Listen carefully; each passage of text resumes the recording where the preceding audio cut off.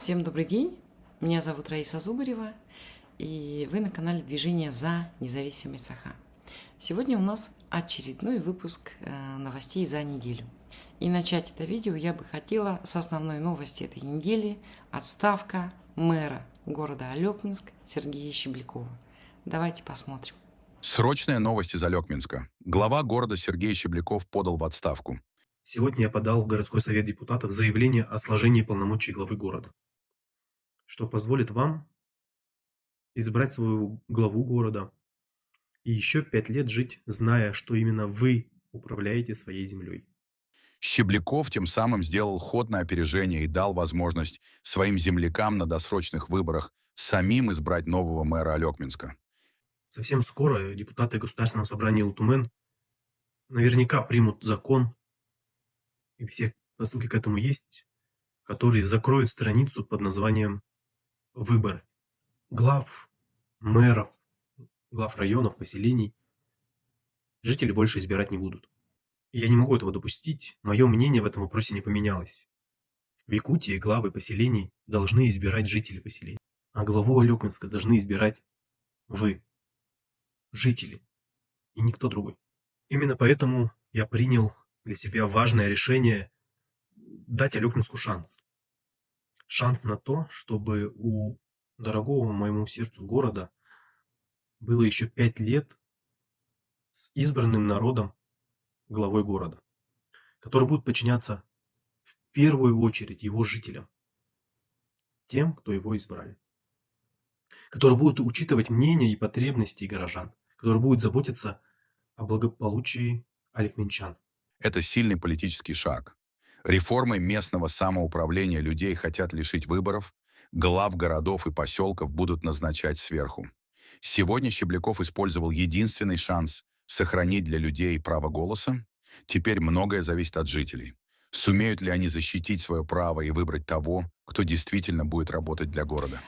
Или власть... Хочу напомнить, что примерно неделю назад на Щеблякова началась очень крупная информационная атака.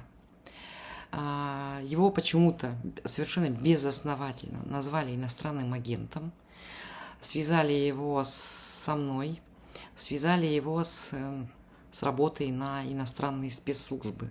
Вообще непонятно, по какой причине, да? Никаких оснований для этого, еще раз повторю, не было. Однако информационная атака была, и она была довольно-таки неприятная. После того, как Щебляков подал в отставку, началась повторная, можно сказать, атака. Практически все написали о том, все телеграм-каналы, все СМИ написали о том, что Щебляков ушел не по своему, значит, желанию, подал в отставку, а потому что у него были проблемы с главой Улуса Николаем Харбиным. Многие телеграм-каналы сразу же тут же выложили, значит, заявление Щеблякова, которое он написал на имя Айсена Николаева. Ну и вообще появилась какая-то аналитика по поводу отставки. Очень много, значит, было сказано, написано про него, да, какой он не очень хороший человек, что вот он попытался сам себя обезопасить после того, как он, значит, баллотировался, вступил в должность, то есть победил на выборах как самовыдвиженец, но после этого он вступил в Единую Россию и тем самым попытался себя обезопасить. В общем, на самом деле, я бы вот на это хотела бы сказать, а кто из вас вообще, да, из тех, кто сейчас находится в России и в Республике Саха, не пытается себя обезопасить разными способами, в том числе и баллотируясь в депутаты Илтумена, например, да, в том числе и выступая на разных провластных телевизионных каналах, да, это же тоже своего рода защита от нападок власти. Вам, наверное, кажется так, если вы идете и выступаете на ультра каких-то там националистических каналах. Я не думаю, что это вас спасет, но тем не менее вы же это делаете. Любой человек, который живет сейчас в Российской Федерации, так или иначе пытается себя обезопасить. Даже если этот человек когда-то имел или даже сейчас пытается придерживаться демократических взглядов, он все равно любыми способами будет пытаться себя обезопасить. А теперь скажите, кто из вот этих вот людей, которые придерживаются демократических взглядов, не цензурирует сам себя, не подвергает свои тексты, которые он читает или пишет, самоцензуре, не вычеркивает там, не дай бог, слова, которые, не дай бог, могут повлечь за собой наказание. Я думаю, что этим занимается практически каждый сейчас в настоящих российских реалиях. Да, очень много вылилось там всякой разной информации, что вот он сказал одно, Щебляков сказал одно, написал совсем другое, и вообще он какой-то хитрый, и вообще он нечестный, и еще много-много чего было сказано. Но что бы там ни писали, что бы ни говорили, какие бы письма Щебляков не писал сам, какие бы причины он не указывал в своих письмах Кайсену, там, кому-нибудь еще, в Единую Россию, куда он еще может там написать, да. Самое главное, причина, по которой он ушел, я считаю, содержится в его открытом заявлении, вот в этом видео обращении. Я считаю, что это очень сильный был ход, сильный шаг. Немногие из тех, кто потом комментировал, да, вот этот его шаг, способны на такой сильный шаг. Да, у него был конфликт с Харбиным. Но вообще давайте подумаем, кто такой Харбин. Конкретный человек Айсена Николаева. Сам по себе Харбин ничего, сам из себя, ну, то есть как политик, как руководитель, он из себя ничего не представляет. Абсолютно. Мне, допустим, да, Харбин, ну, не только мне, наверное, многим другим, Харбин запомнился тем, как он себя, значит, вел во время пожаров в прошлом году. В 2014 году было большое количество пожаров как раз-таки в Алекминском улусе. И Харбин, значит, там одетый во всю эту вот, в камуфляжную одежду, как они сейчас любят, да, все время отчитывался, все время записывал свои голосовые. Сколько у нас там гектаров, значит, леса, на скольких гектарах леса пожар потушен, сколько огнеборцев было, значит, боролось с огнем. Вот он каждый раз записывал вот такие, значит, аудиосообщения. Но у людей-то, которые думают, возникает другой вопрос. Ты дурак. Как ты допустил такое, что у тебя в Алекминском улусе, в твоем улусе, столько пожаров? Неужели ничего нельзя было сделать для того, чтобы не допустить? Многим он запомнился своей вот этой вот хамской манерой общаться с людьми. Ты рот, пожалуйста, закрой. Вот это вот его, значит, манера общаться с людьми, с коллегами по работе. Ничего из себя не представляет, в общем, этот человек, да. За ним стоит Айсен Николаев. Вот за ним, за Харбиным, стоит Айсен Николаев. И поэтому Харбину кажется, что он какой-то вот очень значительный политик. Да? И говорит, сидит, вот у меня перед глазами такая картина. Смотрит Харбин на Щеблякова и говорит ему, ты там за мной Айсена Николаева видишь? Нет? А он там есть. Вот понимаете, да? В общем, абсолютно ничего из себя не представляет этот человек. Нет в нем, он даже банальной харизмы в этом человеке нет, да? Смотреть на него неприятно, слушать его тем более неприятно. Ничего он не сделал для... Ну, это уже другой вопрос, да, это вопрос нравится, не нравится, да. Политиков так не оценивают, конечно же, да. И тем не менее, ничего для того, чтобы облегчить жизнь жителей своего улуса, этот человек не сделал. Если он что-то сделал приятное, да, хорошее для жителей, то, пожалуйста, напишите в комментариях. Я вот сегодня искала, ничего не нашла. Напишите в комментариях, что полезного для улуса сделал Харбин. А Щебляков, на самом деле, да, он попытался хотя бы опередить действия властей Харбина и этого Айсена Николаева, который после осенней сессии, где они, скорее всего, обязательно примут эту реформу, да, местного самоуправления и откажут людям в выборах, он попытался опередить, попытался дать людям шанс принять участие в выборах, самим выбрать себе мэра Алепинска. Раз уж они не пропустили инициативу, значит, с оставлением выборов на местах, то есть в городе Алепинск, Щебляков говорил о том, что Харбин вставляет ему палки в колеса. Вот, раз уж они не пропустили эту инициативу, да, с референдумом, то он попытался хотя бы таким образом сохранить выборы. И да, кто-то правильно пишет, что выборов нет. Да, на самом деле выборов нет. На самом деле все это большая имитация, и я об этом, посмотрите прошлое видео, одно из прошлых видео на нашем канале, я об этом говорила. Да, имитация выборов. И тем не менее, если у людей есть такой шанс выбрать себе главу, то почему бы этим шансом не воспользоваться? Даже в таких условиях, да. Почему бы и нет? Я все-таки надеюсь на то, что Щебляков просчитал все шансы на то, что все-таки досрочные выборы успеют пройти до принятия вот этой реформы. И, может быть, у него есть была какая-то договоренность с депутатами районного совета, чтобы они все-таки назначили выборы, да?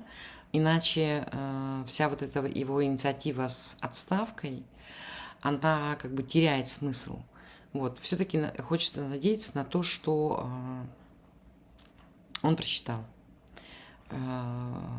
все возможные варианты событий, последующих за его отставкой. Вот. Ну, посмотрим, что будет дальше. Тем более мы знаем, что сегодня появилось видео, что Зюганов вместе с Кириенко обратились, значит, к Путину с просьбой оставить поселенческие выборы. Вот. Там, конечно, Кириенко наговорил какой-то ерунды, да, по поводу того, что поселенческие хотят оставить, а районные убрать. Но это другой вопрос. Может быть, он просто не в курсе вообще всех этих событий, да, с реформой этого местного самоуправления. Но факт есть, что они обратились, и, возможно, Путин своим, значит, личным решением все это, значит, восстановит. Все это восстановит. Будем, опять же, ждать развития событий, да, посмотрим, что будет дальше. Вот. Но, да, я еще подытожу, скажу, что никто не запрещает Щеблякову баллотироваться снова на выборах. Будут ли это досрочные выборы, будут ли это, там, я не знаю, нормальные выборы, в общем, никто ему не запрещает. И если он будет баллотироваться, то имеет на это полное право. Следующая новость у нас новость с авиакомпании Полярной авиалинии, которая прекратила полеты субсидированные в улусы республики. Авиакомпании «Якутия» и «Полярные авиалинии» с 15 сентября прекратили полеты по социально значимым маршрутам в республике. Когда возобновят, неизвестно. Жители улусов бьют тревогу. Ведь воздушный транспорт является единственным видом транспорта между поселениями и центральными городами. как пишет глава Среднеколымского района Иван Лаптев. Прекращение внутриулусных перевозок фактически означает полную изоляцию жителей отдаленных населенных пунктов от внешнего мира, лишение возможности своевременного оказания медицинской помощи, доставки продуктов питания и товаров первой необходимости. А вот что пишут жители Булунского района. А теперь представьте, что это значит для нас. Люди не могут вернуться домой из отпусков, командировок и поездок к родственникам. Мы застряли в Тикси, без возможности добраться до своих семей и своего жилья. Люди не могут улететь на срочное лечение. У нас нет в поселках многих специалистов. Раньше летали в Тикси. Теперь это невозможно. Здоровье людей под угрозой. В некоторых селах даже нет аптек. Поселок Тикси и аэропорт разделяют 7 километров пустой дороги. Общественного транспорта до аэропорта нет. Добраться можно только на своей машине, а она есть далеко не у каждого. Есть услуги такси, но проезд до аэропорта в одну только сторону составляет 1500 рублей. Мы живем в труднодоступном районе Крайнего Севера. Авиасообщение — это наша единственная связь с Большой Землей. Это не роскошь, а вопрос выживания. Это социально значимые маршруты не просто на бумаге, это наши дороги жизни. И в этой ситуации ответственность лежит не на авиакомпаниях, а на руководстве республики. Глава Якутии Айсен Николаев допустил кризис, который поставил под угрозу жизнь и здоровье людей. Он обязан был обеспечить стабильное авиасообщение. Тем более, что еще на прошлой неделе ему сообщили об этой проблеме. Но никаких попыток решить проблему сделано не было. В результате тысячи жителей оказались в изоляции. Без лекарств, без врачей, без связи с родными. Сегодня люди брошены один на один с бедой. Их выживание зависит от решений чиновников, которые бездействуют. Айсен Николаев знал о проблемах, но не предпринял мер. И теперь именно его бездействие стало причиной транспортного коллапса на Крайнем Севере. Эта новость у нас вышла по горячим следам, да, то есть после того, как только один глава УЛУС заявил о том, что авиакомпания «Полярные авиалинии» прекратила полеты вот в Среднеколымский УЛУС. Вот. Потом выяснилось, что, по-моему, там еще и Булунский УЛУС был, да, Тикси. А потом выяснилось, что такие письма от компании «Полярные авиалинии» получили еще вообще в целом 14 главы, то есть главы 14 УЛУСов. Полярные авиалинии прекратили свою деятельность, свои полеты в эти 14 УЛУСов. Прекратили они, конечно же, не по своему желанию, а потому что они не получили вот все те субсидии, которые им были выделены, все эти деньги, да, они их уже потратили, больше денег нет. Они будут ждать, когда республика раскошелится и снова выделит им деньги на то, чтобы они перевозили жителей.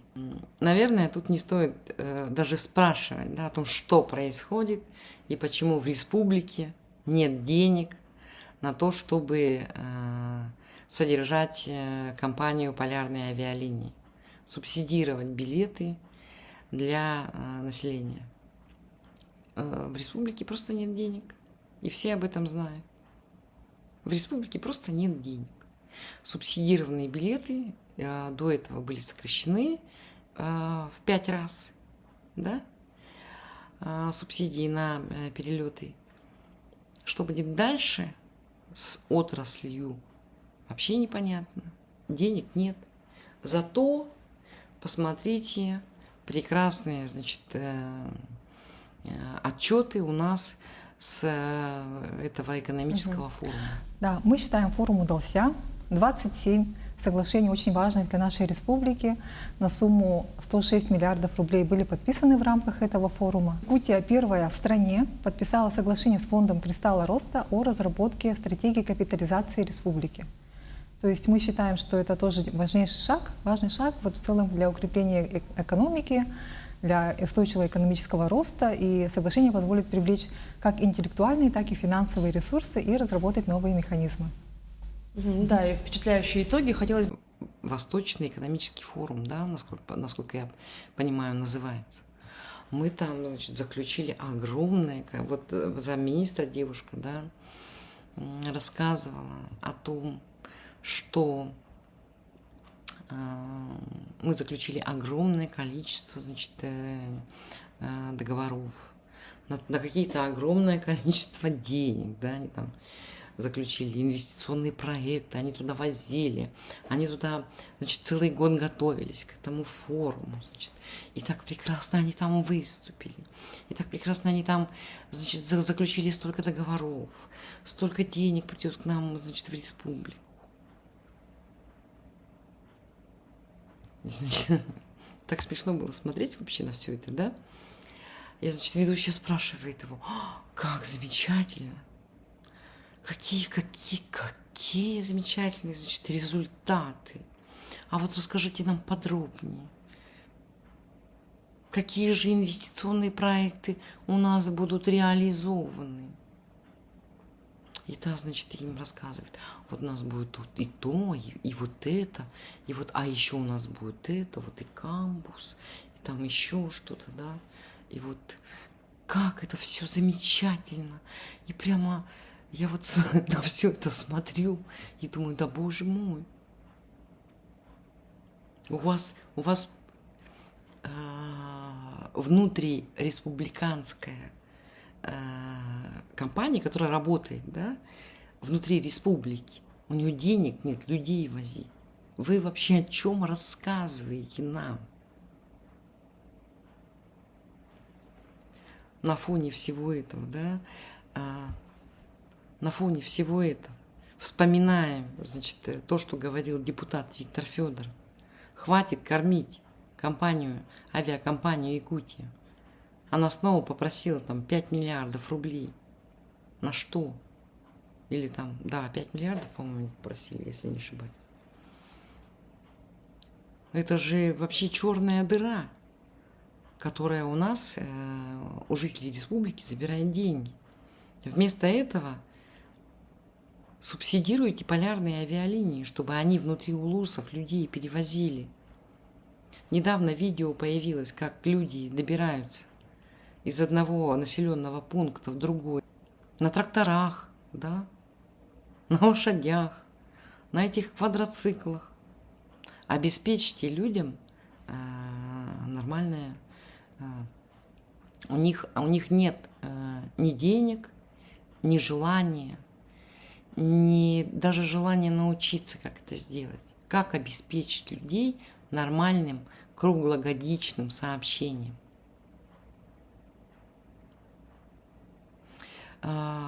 Не хочется даже сейчас говорить о том, куда эти деньги уходят.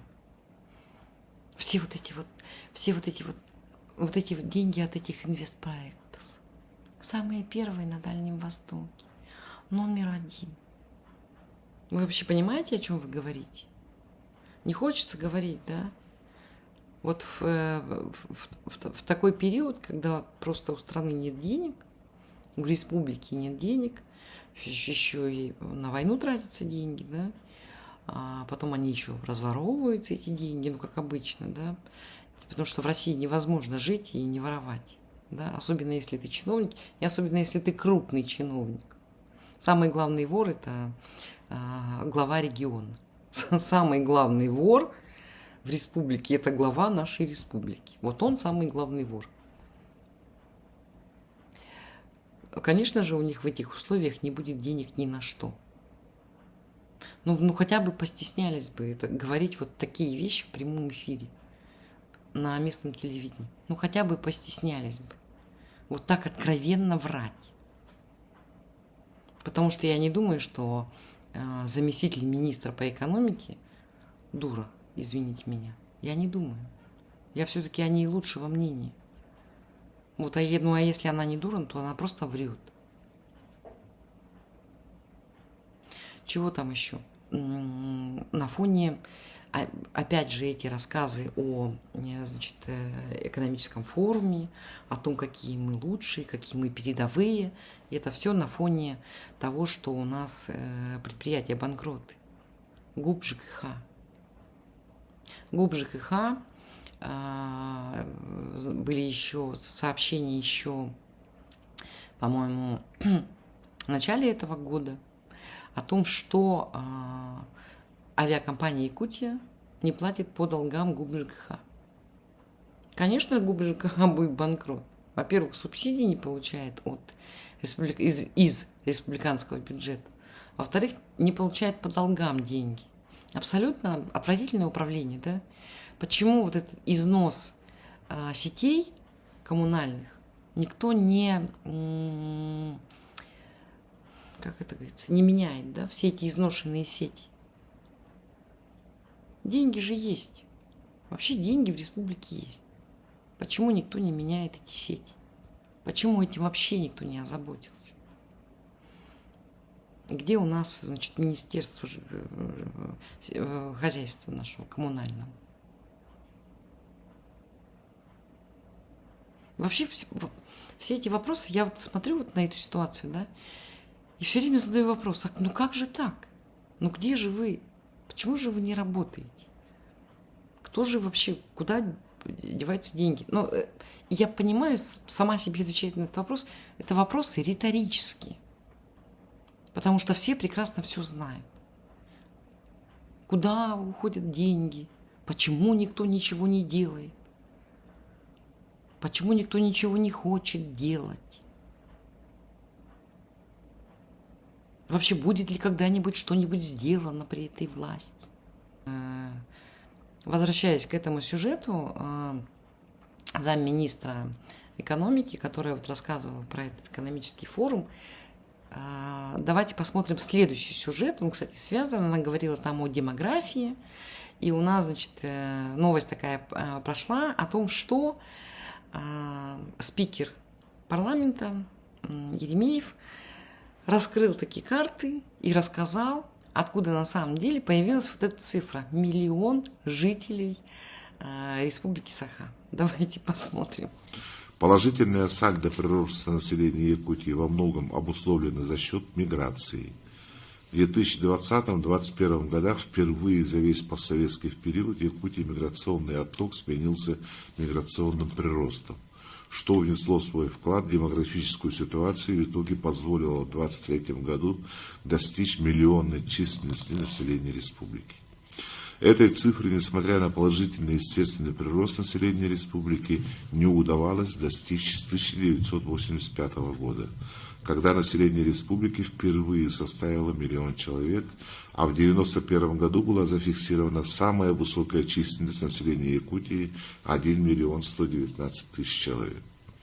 Сегодня достижение республикой численности населения, снова превышающей 1 миллион человек, во многом обеспечено, как я уже сказал, за счет положительного оборота международной миграции, то есть притока мигрантов из зарубежных стран. Но на самом деле я считаю, что это только половина правды. Это только половина правды. Половина из того, что было, значит, из этой прибавки, да, неожиданной, это, конечно же, миграционный приток, да, это просто все те, кто приехали к нам в республику из-за рубежа, в том числе и китайцы, в эти многочисленные торы, и, ну, и релоканты из Центральной Азии, да, их тоже туда всех посчитали. Это одна половина. А вторая половина – это банальные приписки. Вторая половина – это банальные приписки. Я вот, значит, залезла специально в интернет посмотреть, как приписывали, как людей приписывали, да. И вот что пишет, значит, Виталий Валерьевич Обедин. Значит, демографическая ситуация. Значит, 18-й год. Численность населения 964 330. Через год, то есть 19-й год, да, 967 тысяч и 9 человек. Значит, в плюсе 2679, да. 20-й год. Численность населения 971 996. Это, то есть, плюс 4987. И это еще ковидный год. Да? 2021 год. Численность населения 995 686. То есть прибавилось сразу 23 690 человек. Это второй ковидный год. И 2022 год численность населения прибавилась на 2147 человек и стало 997 833. И потом, да, потом стали прибавлять, как обычно, примерно там по 2-3 тысячи. И как раз таки к 23-му году стал миллион. Да? Да, вот они откуда взялись. 23 690 человек сразу в 2021 году прибавка. А как они считают естественную смертность, да? Вообще смертность населения? Мы понимаем, что большое количество по смертности у нас было в ковидный год, и большое количество по смертности у нас было в 2000... У нас, то есть, есть, да, с 2022 года по сегодняшний, по сегодняшний день. То есть война забирает тоже людей. Они цифр этих не дают. Сколько людей, какая убыль населения. Они этих цифр не дают, смертности. Естественную смертность они, видимо, пишут, да, ну, там в пределах нормы, как это обычно, ну, то количество, которое обычно считается. Вот. А прибавляют они, конечно же, больше. Вот. Ну, то есть вы понимаете, да, что везде обман. Везде обман. И я так полагаю, что сегодняшнее количество никак не превышает 1 миллион человек. Сегодняшнее количество жителей, да, не превышает 1 миллион. Тут же вспоминается вот это все вранье, когда, помните, когда Путин спросил, вот у нас какая демография, значит, очень прекрасные цифры дает Республика Саха.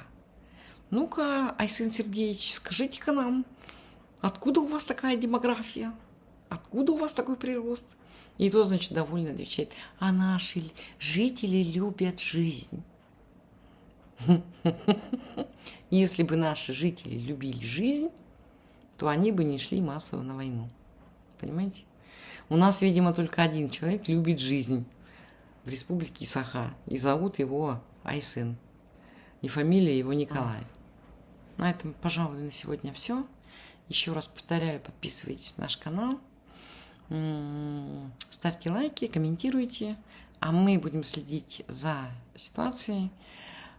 Жизнь в республике очень насыщенная. Наблюдать за тем, что происходит в республике, очень интересно. Вот, поэтому мы с вами в скором времени еще увидимся.